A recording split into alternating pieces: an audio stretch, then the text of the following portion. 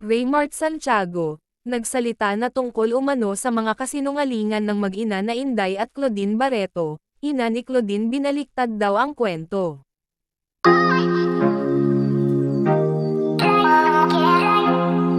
Binasag na ni Raymart Santiago ang kanyang pananahimik kaugnay ng pagbuhay muli ni Inday Barreto ng mga lumang isyo ng aktor at ng estranged wife nitong si Claudine Barreto. Si Claudine ang bunsong anak ni Inday at nang namayapa nitong asawang si Miguel Barreto.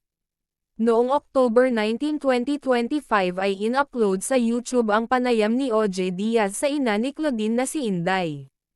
Dito ay isiniwalat ng Barreto matriarch ang mga nalalaman at nasaksihan niya sa mga kahayupan na ginawa umano ni Raymart kay Claudine. Mabigat at seryoso ang mga alegasyon ni Inday laban kay Raymart gaya ng pananakit, pambubugbog, panggigipit, at panggagahasa. Naglabas noon ng pahayag ang legal counsel ni Raymart, ang Kaliha Law Firm. Tinawag nilang untruthful and slanderous ang mga alegasyon ni Inday. Sa pamamagitan ng Instagram stories ngayong Lunes ng hapon, October 27, 2025, naglabas ng kanyang saloobin sa pag-ungkat ni Inday sa mga dati nilang isyo ni Claudine.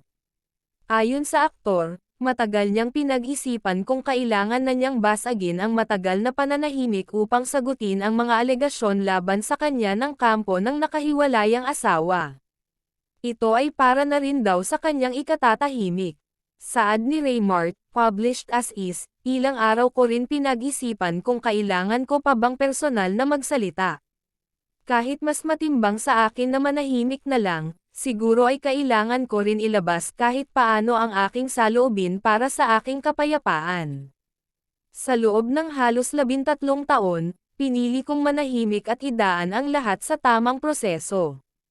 Naging mahirap ito dahil ang pangalan na iningatan at ipinamana ng aking mga magulang ay nadungisan dahil sa mga kasinungalingan at maling akusasyon. Masakit, dahil may mga anak kaming nakakaintindi na at naaapektuhan ng kanilang mga naririnig at nababasa sa media.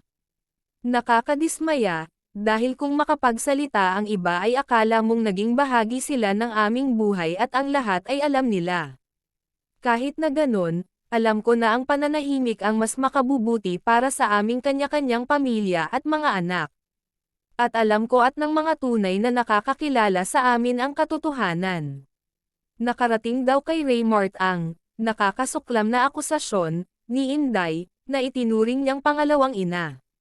Labis daw itong ikinagulat ni Raymart dahil ang taong dapat ay higit na nakakakilala sa sarili nitong anak, at labis daw humingi ng paumanhin sa kanya noon, ang siya ngayong nagpakawala ng mga kasinungalingan. Himutok ng aktor, hindi kaila sa akin ang paninira at nakasusuklam na akusasyon ni Mommy Inday, ang taong nirespeto, minahal at tinuring kong pangalawang ina.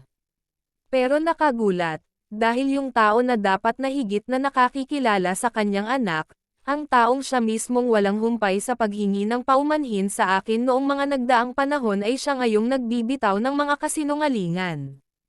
Hindi ko lubos maisip kung paano nila nasisikmurang humarap sa publiko at ipahiya ang kanilang sariling pamilya at harap-harapang manira ng ibang tao. Muling iginiit ni Raymart na hindi niya ginawa ang mga akusasyon laban sa kanya ng mag-inang Inday at Claudine. Pahayag niya, hindi man naging perpekto ang aming pagsasama, malinaw sa aking konsensya na kailanman ay hindi ko nagawa o magagawa ang mga paratang nila. Tinupad ko ang pangako ko sa kanila ni Daddy Pikey, Miguel Barreto. Kahit na sarili ko ay tinaya ko para maprotektahan lang ang anak nila. Higit sa lahat, mahal na mahal ko ang aking mga anak at binigay ko ang higit pa sa nararapat. Sa huling bahagi ng kanyang pahayag ay nakiusap si Raymart, na iwasan ng publiko ng magpahayag ng komento na, maaaring makasakit at makasama, sa kanila, lalo na ang kanyang mga anak. Hahayaan na lamang daw niyang ipaubaya sa panahon na lumabas ang katotohanan. Aniya, naiintindihan ko na kami ay public figures, at inaasahang tatanggapin ang bawat komento at kritisismo. Ngunit sa pagkakataong ito, hindi naman siguro kalabisan na hilingin ko na ang bawat isa ay umiwas sa pagpapahayag ng mga bagay na maaaring makasakit at makasama sa kapakanan ng bawat isa, lalo na sa aming mga anak at sa kanilang kinabukasan. Sa bandang huli, mas pipiliin ko pa rin ang respeto at naipaubaya sa panahon na siyang humusga at maghayag ng katotohanan. Samantala, sa naunang pahayag ng legal counsel ni Raymart ay pinaalalahan nila ang partido ni Claudine, na umiiral pa rin ang gag order na inisyo ng Family Court ng Branch 5 ng Mandaluyong City noong September 20, 2023.